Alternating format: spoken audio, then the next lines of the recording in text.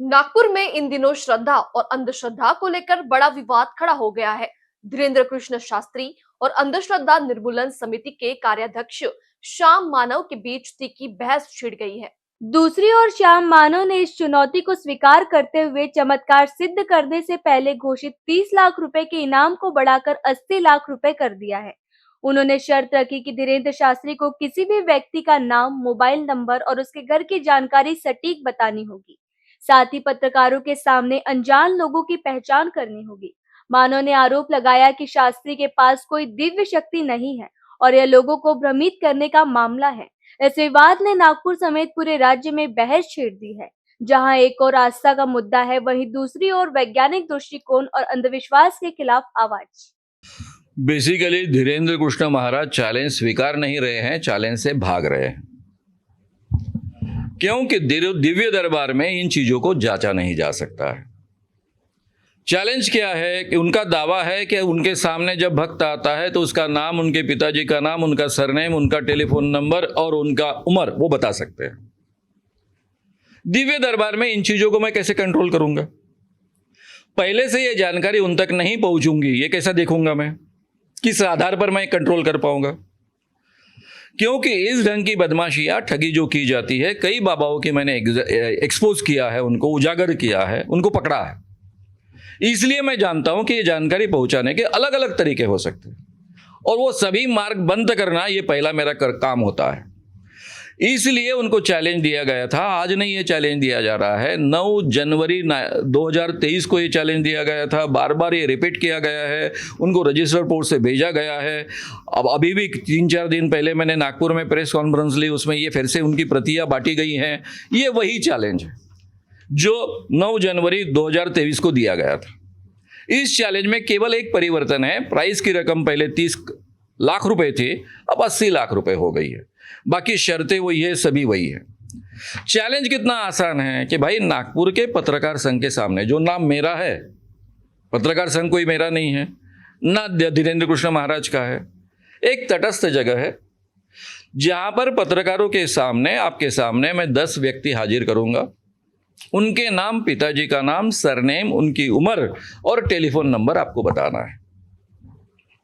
साथ में आप में दिव्य दृष्टि होने का दावा आप करते हो। नजदीक के रूम में 10 चीजें रखी जाएगी। वो 10 चीजें क्या है ये आपको दिव्य दृष्टि से देखकर बताना है। ये दोनों चीजें 90% करेक्ट रही या फिर नहीं रही तो भी 5 दिन के अंतराल में दूसरी बार ये चुनौती फिर से रिपीट की जाएगी। फिर से अब आपके सामने अलग 10 लोग रखे जाएंगे। उनके नाम, पिताजी का नाम, सरनेम, टेलीफोन नंबर, उनकी उम्र आपको बतानी है।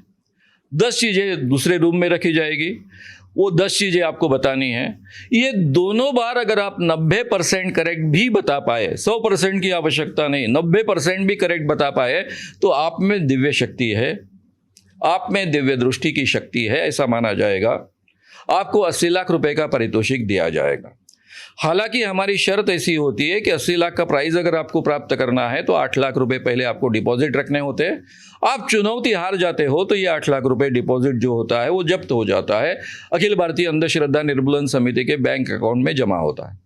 वो शर्त हम शिथिल करने के लिए तैयार है। आप 8 लाख रुपए ना भरिए, फिर से केवल चुनौती स्वीकारने के लिए आ जाइए। दोनों बार अगर ये चुनौती सिद्ध होती है तो केवल हम आपको 80 लाख रुपए अखिल भारतीय अंधश्रद्धा निर्मूलन समिति के देंगे, यहां तक बात सीमित नहीं। क्योंकि गए 44 सालों से मैं लोगों को समझाते आया हूं कि इस दुनिया में किसी भी इंसान में दिव्य शक्ति नहीं होती है, किसी भी इंसान में दिव्य दृष्टि नहीं होती है। इसका मतलब मैं आज तक 44 सालों से लोगों को झूठ कह रहा था। इसलिए मैं अखिल भारतीय अंधश्रद्धा निर्मूलन समिति का काम हमेशा के लिए बंद कर दूंगा। धीरेन्द्र कृष्ण महाराज के चरणों पर, जो मेरे उम्र से वो बहुत कम है, इसके बावजूद उनके चरणों पर माथा टेकूंगा और ये 74 साल का उम्र वाला श्याम मानव उनका भक्त बन जाएगा। मेरे संगठन के सभी भक्त, सभी लोग उनके भक्त बन जाएंगे। क्योंकि सही में अगर किसी में दिव्य दृष्टि है और सही में दिव्य शक्ति है तो मेरे लिए भी ये बहुत बड़ी बात हो जाएगी। मैं अपने बचपन से सिद्ध पुरुष की खोज कर रहा था, इसी खोज में से मैं अंधश्रद्धा निर्मूलन का कार्यकर्ता बना हूं, तो मेरी वो खोज भी पूरी हो जाएगी और मुझे सही माने में दिव्य शक्ति वाला इंसान भी मिल जाएगा। तो इसलिए मैं उनका भक्त बनूंगा। ये जाहिर चैलेंज है। दिव्य दरबार में आओ जहां मैं जांच नहीं सकता, जहां मैं कंट्रोल नहीं कर सकता, आप तक अलग अलग ढंग से आप जानकारी प्राप्त करोगे, लोगों के सामने झूठ परोसोगे और फिर दिव्य शक्ति का दावा करोगे। धीरेन्द्र कृष्ण महाराज जी, मैं आपसे कहता हूं कि आप बहुत अच्छे ढंग से जानते हैं और मैं भी जानता हूं कि आप में कोई दिव्य शक्ति नहीं है, कोई दिव्य दृष्टि की क्षमता नहीं है। आप धर्म के आधार पर लोगों के अंधविश्वास का फायदा उठाकर उनको ठगने का काम करते हो। ये आप भी बहुत अच्छे ढंग से जानते हो, मैं भी बहुत अच्छे ढंग से जानता हूं। ये ढकोसला बंद कीजिए और सही माने में आप में दिव्य शक्ति है तो ये आह्वान स्वीकारिए, तटस्थ जगह पर स्वीकारिए।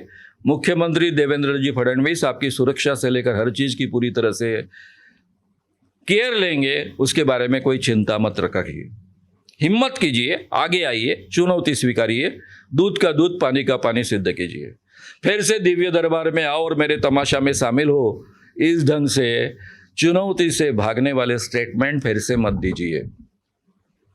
पत्रकार संघ ना मेरा है ना आपका है, त्रयस्थ जगह है, इसलिए आपको कोई दिक्कत नहीं होनी चाहिए। इस बार हम नागपुर में ही हैं, मध्य प्रदेश में नहीं है, महाराष्ट्र में ही है। 1 घंटे के लिए नहीं है, 5 दिन के लिए है। कथा पंडाल लगा है, मंच लगा है, प्रदेश उनका, शहर उनका, मंच भी उनका, हम अकेले का है। तो किसी को कोई भी खुजली हो, कल दरबार लगना, चले आए। हमारे पास जो विद्या होगी, जो शक्ति होगी, हम उसका प्रस्तुतिकरण करेंगे। हम जादूगर नहीं है, हमें जो ईश्वर प्रेरणा देगा हम वो लोगों को मार्गदर्शन देंगे। वो आएंगे, उनको भी मार्गदर्शन देंगे। हम न आए तो हम उनके घर ना जाएंगे, शहर आ गए। कल ही रहेंगे, दरबार कल ही है कि हम सो जाए फिर कहो कि बाबा मिला नहीं। और परसों हमें वापस भी जाना है, परसों नहीं, 30 को। तो फिर बाद में कह दे कि बाबा भाग गया। और एक और खबर कर देना, 5 ही दिन की कथा है, 7 की नहीं है कि कहे कि बाबा ऐसा हो गया। तो हम बाद की खाज नहीं चाहते, आज ही निपटा ले, बार बार के उनके झंझट खत्म हो जाए और हमारे भी खत्म हो।